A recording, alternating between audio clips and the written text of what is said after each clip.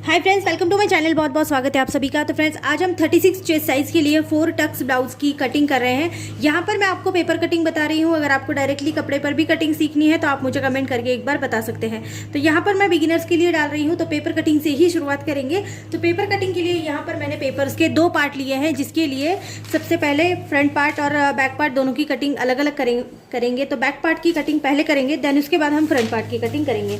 तो back part के लिए यहाँ मैंने पेपर लिया है। पेपर के ऊपर सबसे पहले 36 चेस्ट साइज के लिए आपका जो भी ब्लाउज आपको परफेक्ट आता है उस ब्लाउज की हाइट को नापना है और उसमें आपको 1.5 इंच मतलब कि 1.5 इंच एक्स्ट्रा मार्जिन लेके चलना है।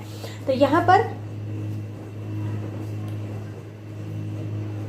अगर आप हाइट गिन रहे हैं तो 1 से लेके 1.5 इंच का मार्जिन नीचे रख सकते हैं, 1 इंच का भी रख सकते हैं। तो यहाँ पर मैं इस तरह से हाइट यहाँ पर नाप रही हूँ। अब मेरा ब्लाउज जो है वो पूरी जो लेंथ है इसकी 14.5 इंच है, तो मैं यहाँ पर 15.5 इंच ले रही हूँ। मैं 16 इंच तक इसको बढ़ा सकती हूँ। तो यहाँ पर मैं इसको 15.5 इंच के लिए एक मार्क कर देती हूँ। देखो, यहाँ पर मैंने हाइट के लिए यहाँ पर एक मार्क कर दिया है। अब आपको गले की चौड़ाई लेनी है। 36 चेस्ट साइज के लिए बना रहे हैं तो गले की चौड़ाई को हम 2.5 इंच मतलब कि 2.5 इंच को रखेंगे। तो यहाँ पर 2.5 इंच के ऊपर एक मार्क कर देती हूँ। अब यहाँ से लेके यहाँ तक शोल्डर पट्टी की चौड़ाई को रखेंगे, तो ये मैं 3 इंच के लिए रख रही हूँ। आप 3.25 इंच तक इसको रख सकते हैं। आर्मोल को यहाँ पर मेजरमेंट लेंगे तो आर्मोल को मैं यहाँ 6 इंच के लिए रख रही हूँ। 36 चेस्ट साइज के लिए 6 इंच का आर्मोल सफिशियंट होता है, तो मैं यहाँ पर आर्मोल जो है वो 6 इंच का रख रही हूँ। आर्मोल को इस तरह से हम जोड़ देंगे। तो इस तरह आर्मोल का हम निशान यहाँ पर लगा रहे हैं। अब फ्रेंड्स, आर्मोल का निशान लगाने के बाद आपको यहाँ पर इस तरह से टेप को बिल्कुल सीधा रखना है और यहाँ पर 36 का 4th भाग मतलब कि चौथा हिस्सा यहाँ पर लेंगे।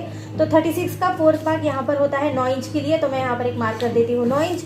और इसमें आप 1.5 से लेके 2 इंच तक एक्स्ट्रा मार्जिन रख सकते हैं। आपको 2 इंच तक मार्जिन रख सकते हैं यहाँ पर, इससे ज़्यादा नहीं रखना है। तो मैं यहाँ पर 1.5 इंच का मार्जिन रख रही हूँ। तो ये हो रहा है पूरा 10.5 इंच के लिए, 10.5 इंच के लिए मैंने यहाँ पर मार्क इस तरह से कर लिया। अब आप नीचे आएंगे जहाँ पर आपने हाइट नाप रखी है, तो वहाँ पर आपको कमर का चौथा भाग प्लस 1.5 इंच मार्जिन का एक्स्ट्रा मिलाकर इसमें आपको मेजरमेंट लेना है। अगर आपको याद नहीं रहता है, बहुत ज़्यादा मुश्किल लगता है, तो जैसे आपने ऊपर 10.5 इंच का मार्जिन लिया है तो नीचे आपको लेना है 9.5 इंच का मार्जिन, मतलब कि 1 इंच आपको कम लेना है। कमर का हिस्सा हमारा छोटा होता है, तो इसीलिए 1 इंच का मार्जिन हम कम लेके यहाँ पर चल रहे हैं। अब इस तरह से यहाँ पर इसको जोड़ देंगे। ये हमारा बैक पोर्शन है, तो यहाँ पर हम बैक पार्ट का जो आर्मोल है इसको नापते हैं। तो 1.5 इंच को अंदर हम नापेंगे इस तरह से, और यहाँ पर इस तरह से मार्क लगाते हुए गोलाई देंगे और इसे इस तरह से जोड़ देंगे।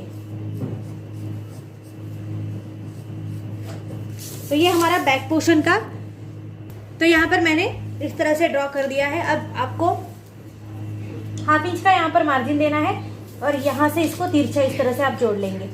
ये बहुत ज़्यादा ज़रूरी है। जब भी आपका शोल्डर अगर गिरने का प्रॉब्लम आपको बहुत ज़्यादा होता होगा तो इस तरह से आप जोड़ेंगे।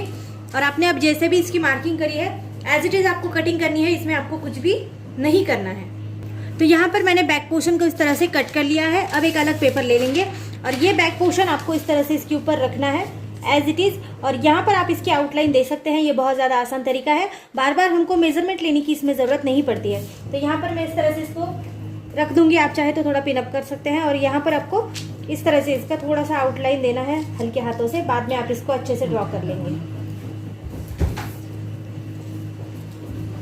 आर्मोल का भी जो साइड है इसको भी आपको इस तरह से अच्छे से ड्रॉ कर देना है। इसको आप बाद में सही कर सकते हैं, पहले आपको बस इतना करके इसको छोड़ देना है।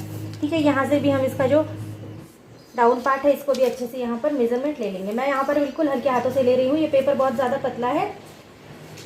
अब देखो, इतना होने के बाद आपको इसको डायरेक्टली इस तरह से जोड़ देना है।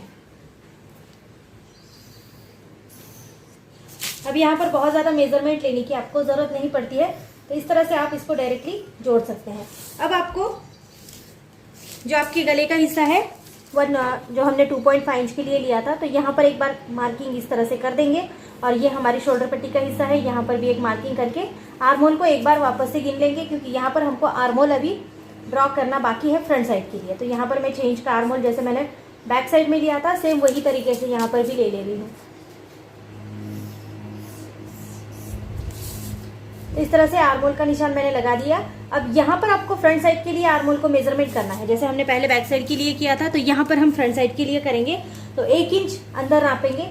हमने बैक साइड का 1.5 इंच के लिए नाप लिया था, तो यहाँ पर 1 इंच का नापते हुए इस तरह से पेपर को घुमाते लेना है और आपको इसको जोड़ देना है। ये हमारे फ्रंट साइड का आर्म होल है, इस तरह से हम जोड़ लेंगे। अब आपको जो डाउन हिस्सा है ये भी अच्छे से ड्रॉ कर देना है। तो यहाँ पर मैंने 1/2 इंच के लिए डाउन रखा था, तो इसे भी मैं इस तरह से जोड़ लेती हूँ। अब यहाँ पर हमको फ्रंट साइड की पूरी मार्किंग करनी है। अब इसको सबसे पहले आपको आगे का गला जो है आपका जितना भी होगा, आपको परफेक्ट आता होगा, वो आप यहाँ पर नाप लेंगे। तो यहाँ पर मेरे आगे का गला जो है वो 7 इंच का रहता है, तो 7 इंच के ऊपर इस तरह से मार्क कर देती हूँ। यहाँ से गले की जो चौड़ाई थी हमारी 2.5 इंच के लिए, तो उसको भी मैं इस तरह से मार्क कर देती हूँ।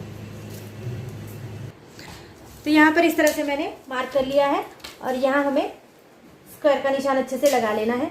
इसके बाद आप 1 इंच यहाँ पर नापेंगे अंदर की साइड में, और यहाँ पर आपको गोलाई देनी है। देखो आप यहाँ पर कोई भी गला बना सकते हैं। आपको पंचकोली गला पसंद है, चौकोनी पसंद है, पान गला पसंद है, कुछ भी आप यहाँ पर ड्रॉ कर सकते हैं। मैं यहाँ पर नॉर्मली गोल गले का आकार यहाँ पर दिया है। अब यहाँ हम बना रहे हैं 4 टक्स का ब्लाउज, तो इसके अंदर जो क्रॉस पट्टी है वो भी बनने वाली है।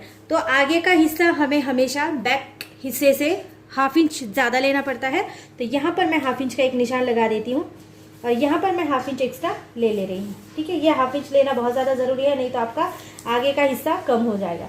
तो यहाँ पर मैंने 1/2 इंच एक्स्ट्रा ले लिया। अब आपको यहाँ पर 1/2 इंच एक्स्ट्रा लेने के बाद यहाँ पर आपको क्रॉस पट्टी का निशान लगाना है। तो क्रॉस पट्टी हम यहाँ से लेंगे 3 इंच के लिए, 3 इंच के लिए, और यहाँ से लेंगे 4 इंच के लिए। ठीक है, ऊपर जो हमारी गले की साइड है वहाँ से हम 4 इंच के लिए यहाँ पर नापेंगे। एक निशान 3 इंच के ऊपर भी मैं लगा देती हूँ, जिससे कि हम क्रॉस पट्टी का आकार दे पाएंगे। तो दोनों जो हमने 3-3 इंच के ऊपर निशान सीधे लगाए हैं, इनको पहले सीधा इस तरह से हम जोड़ लेंगे। इसके बाद सेम इसी लाइन के ऊपर टेप को आपको सीधा रखना है इस तरह से, और यहाँ पर आप लेंगे 3.5 से लेके 3.25 इंच तक इस तरह से निशान लगाते हुए, ये देखो यहाँ से आपको जहाँ पर आपने 4 इंच का निशान लगाया है वहाँ से इस तरह से गोलाई देते हुए इसको यहाँ पर जोड़ देना है। तो आपकी क्रॉस पट्टी बिल्कुल अच्छे से बन जाएगी। अब आपको सेम इसी लाइन के ऊपर टेप को इस तरह से रखना है और आपको यहाँ पर 4 इंच के ऊपर एक निशान लगाना है। अब यहाँ पर हमारे टक्स बनेंगे और इस 4 इंच को आप 3 इंच के लिए सीधा करेंगे इस तरह से। अब ये जो मार्जिन है हमारा ये 3 इंच का है 3 इंच के लिए, और ये जो मार्जिन था हमारा यहाँ से लेके यहाँ तक का ये 4 इंच के लिए है। अब यहाँ पर निशान लगाएंगे हम, क्योंकि ये 36 चेस्ट साइज के लिए बना रहे हैं, तो 1.5 इंच का टक्स यहाँ पर लगेगा। तो 1.5 इंच आप इस तरह से ले सकते हैं।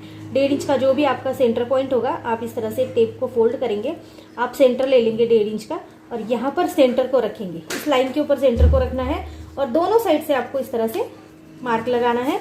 और ये हमारा सबसे बड़ा वाला जो टक्स था वो यहाँ पर बन गया है।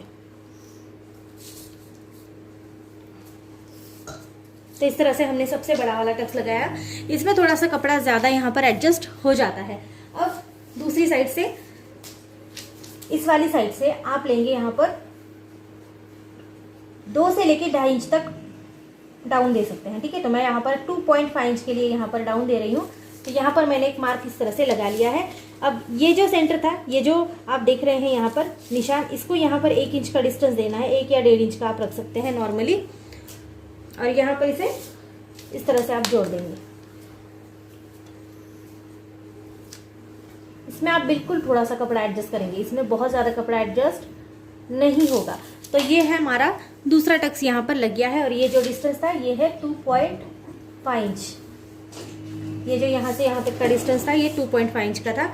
अब यहाँ पर लगेगा तीसरा वाला टक्स। तो तीसरा वाला टक्स हमारा इस वाली साइड से आता है। चाहे तो आप इस वाली साइड का सेंटर पॉइंट निकाल सकते हैं, चाहे तो आप ये वाली बाजू जो है वो कम रख सकते हैं। ठीक है, अब यहाँ पर देखो ये वाली पहले साइड हम गिन लेंगे कितनी है, यहाँ से लेके यहाँ तक। तो ये 4.5 इंच का आ रहा है। तो आप चाहे तो इसका सेंटर भी बना सकते हैं, लेकिन मैं यहाँ पर डिस्टेंस रख रही हूँ 2 इंच का, 2 इंच के लिए। ठीक है, तो ये वाला डिस्टेंस है 2 इंच।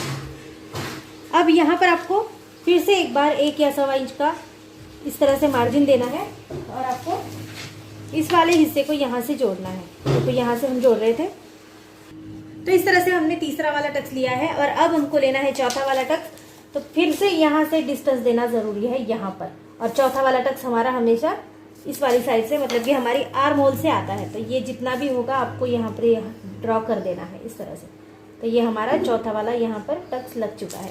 तो इस तरह से हमने चारों भी टक्स लगा दिए। अब इसमें एक इम्पॉर्टेंट बात याद रखने की है, अगर आपको ब्लाउज परफेक्टली बनाना है तो आपने ये जो 1.5 इंच का डिस्टेंस यहाँ पर दिया हुआ है, ये जो हमने 1.5 इंच का डिस्टेंस यहाँ पर लिया है, जो हमारा पहला वाला टक्स था, इसको आपको यहाँ पर बढ़ाना बहुत ज़्यादा ज़रूरी है। तो ये वाला 1.5 इंच का मार्जिन हम यहाँ पर ऐड कर देंगे, क्योंकि ये फोल्ड होगा बाद में तो ये कपड़ा कम हो जाएगा आपका, तो इसीलिए ये आगे लेना बहुत ज़्यादा ज़रूरी है। तो यहाँ पर इस तरह से हम इसको सीधा कर देंगे और यहाँ से हल्का सा एक आधा इंच का मार्जिन देंगे, ये हमारे सिलाई के लिए होगा, और इसको इस तरह से जोड़ देंगे। अब आप जब भी कटिंग करेंगे तो मार्जिन इसके साथ रखना बहुत ज़्यादा ज़रूरी है। अब कटिंग कर लेंगे तो सबसे पहले आपको इस तरह से कटिंग करनी है। नीचे की साइड से शुरू करेंगे, क्रॉस पट्टी का जो भी हिस्सा होगा आपका वो आप साइड में निकाल देंगे।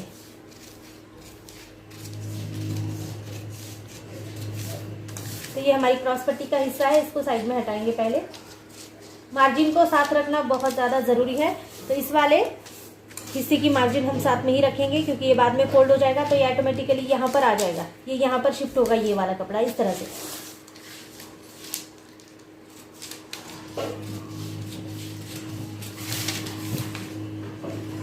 और अब हमको फ्रंट साइड का आर्म होल कट करना है, बैक साइड का नहीं करना है। तो यहाँ पर फ्रंट साइड का आर्म होल इस तरह से कट करेंगे। ये जो आपने 1/2 इंच का डाउन दिया था, इसको भी इस तरह से आप कट कर लेंगे। आगे का गला का आपने जो भी डिज़ाइन बनाया होगा आपको उस हिसाब से इसको कट करना है। अगर आपने बान गला बनाया तो उस हिसाब से, मैंने यहाँ पर राउंड शेप रखा था तो मैं उसी हिसाब से इसको कट कर दूँगी। ये बहुत ज़्यादा आसान है ये कटिंग। तो इस तरह से ये कटिंग हमारी कंप्लीट हो गई है। हमने बैक साइड की भी कटिंग करी है। स्लीव्स की कटिंग आपको मेरे बहुत से वीडियोस में मिल जाएगी। आपको जिस भी साइज़ की स्लीव्स चाहिए तो आपको वहाँ पर मिल जाएगी, आप वहाँ पर देख सकते हैं। यहाँ पर पर्टिकुलर किसी साइज़ के लिए बताना भी ठीक नहीं होगा, क्योंकि आपको जो भी साइज़ के लिए लगेगी तो आप एक बार कमेंट भी कर सकते हैं, मैं अगली वीडियो बना दूंगी उसके ऊपर, या फिर आप मेरी किसी भी वीडियो में पर्सनली, मैंने बहुत से स्लीव्स के डिज़ाइंस भी अपलोड किए हैं और मैंने कटिंग्स भी अपलोड की है, तो आप वहाँ से देख सकते हैं। तो यहाँ पर आज हमने 36 चेस्ट साइज के लिए 4 टक्स ब्लाउज की कटिंग करी है। ठीक है, ये 4 टक्स ब्लाउज है, मतलब कि सादा ब्लाउज जिसको हम बोलते हैं। तो फ्रेंड्स, वीडियो आज की कैसी लगी जरूर बता देना। अगर वीडियो आपको अच्छी लगती है तो चैनल को लाइक शेयर सब्सक्राइब कर देना। किसी और भी आपको रिक्वायरमेंट की ब्लाउजेस चाहिए तो आप मुझे कमेंट करके पूछ सकते हैं। आज की वीडियो कैसी लगी है आपको तो आप वो भी बता सकते हैं। Thank you so much video को पूरा देखने के लिए। Thank you so much friends.